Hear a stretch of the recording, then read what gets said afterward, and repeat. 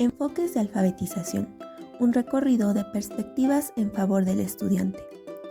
Elaborado por los docentes en formación, Karen Sherlyn Jiménez López, Andrea Sánchez Salazar, Magda Irene Sevilla Sevilla y Uriel Silva Medina, estudiantes de la licenciatura en Educación Primaria de la Escuela Normal de Chalco.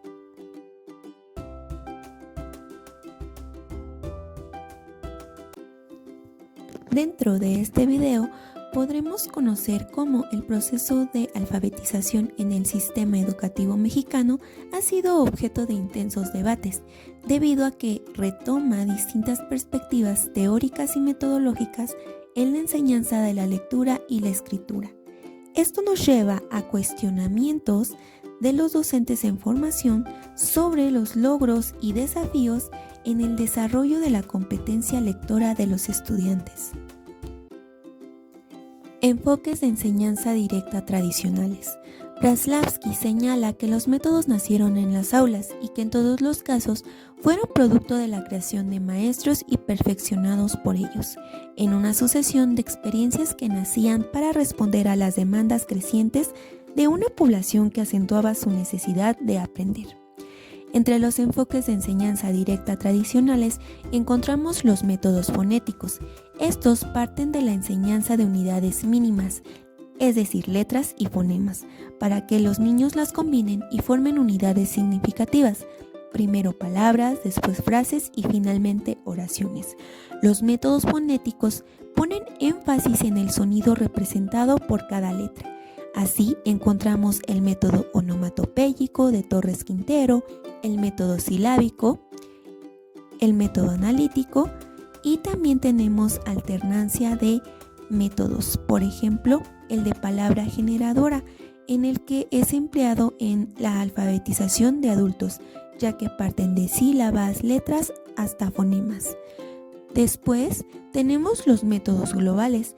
Aquí la enseñanza se centra en la ampliación del repertorio de palabras y frases que conocen los niños para que puedan identificarlas y utilizarlas en lo que leen y escriben. Los principales representantes de este método fueron de Crowley y Celestine Freinet, ya que tenían tres ideas comunes. La primera, que los niños aprenden mediante la aprehensión integral de los objetos de conocimiento. La segunda, la enseñanza debe de respetar la forma de pensar de los niños. Y la tercera es que la escuela debe estar vinculada a la vida social de los alumnos, tanto en sus propósitos como en sus métodos de enseñanza. Este método parte del interés del niño y de su voluntad de leer y escribir mensajes significativos.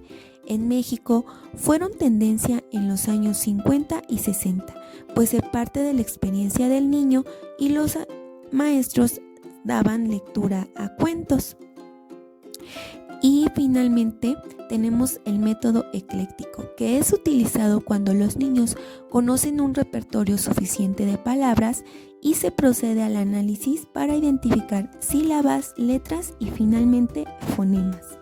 Braslavsky señala que en México el método fonético estuvo muy arraigado por el magisterio, tanto que los mismos padres de familia solicitaban que este método fuera utilizado para alfabetizar a sus hijos. Sin embargo, diversos estudios mostraron que tanto el método fonético como el método global tenía pros y contras, ya que el método fonético era aburrido para los alumnos y los métodos globales implicaban cierta adivinación por parte de los alumnos para saber qué significaban las letras en una palabra. El diseño curricular del lenguaje integral se fundamenta en la idea de que la enseñanza debe ser el arte de poner la teoría en práctica. Arellano, 1989, señala que dentro de la corriente teórica del lenguaje integral se enfatiza que los estudiantes se les ofrezca la oportunidad de experimentar con el lenguaje todas sus modalidades.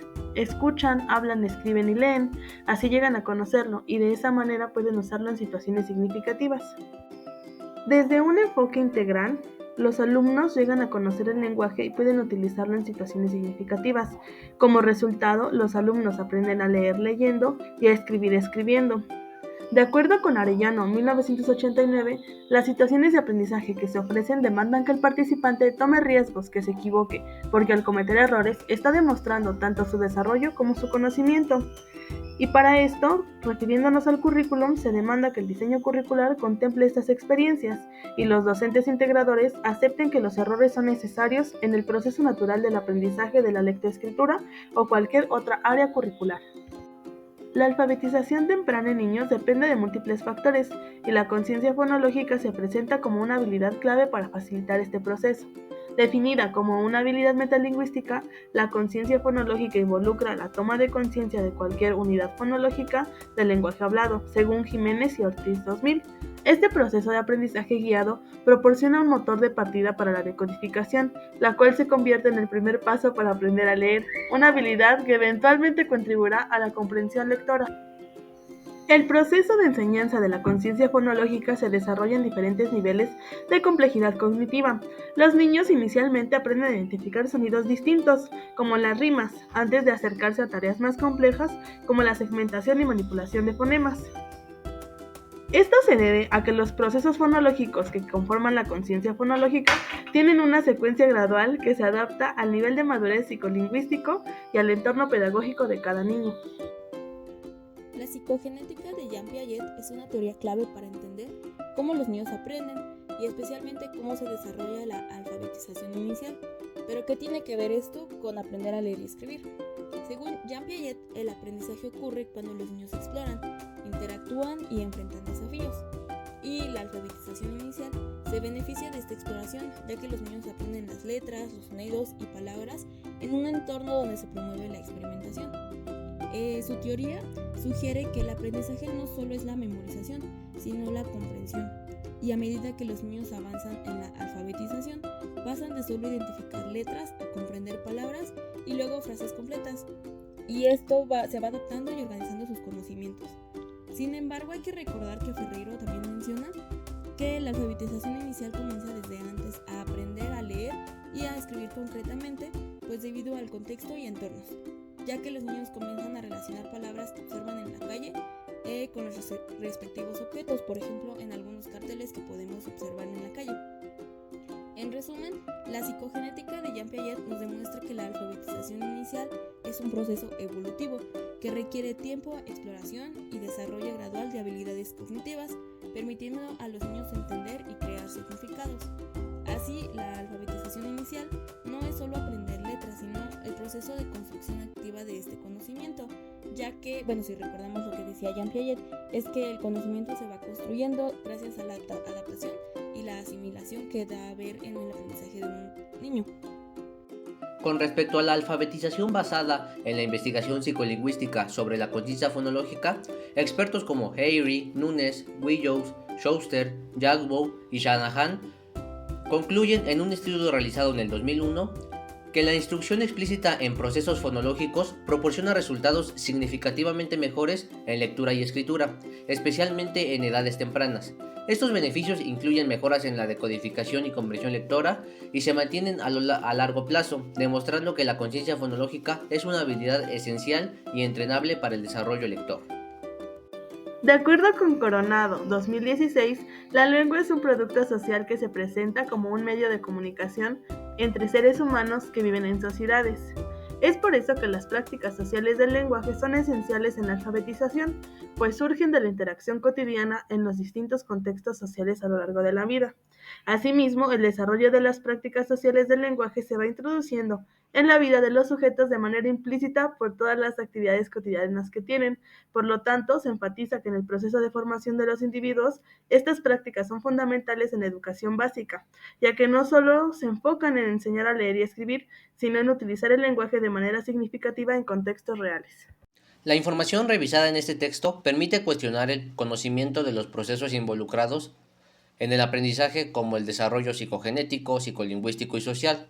Nosotros concluimos que alfabetizar es más que aprender a leer y escribir, más que conocer las letras y su valor sonoro, sino que también involucra todas las habilidades de comunicación oral. Los distintos métodos abordados surgen como propuesta para atender a la diversidad de estudiantes en un contexto escolar y además es importante identificar las necesidades, características e intereses que tienen nuestros alumnos o los estudiantes para que el método empleado actúe en favor de ellos.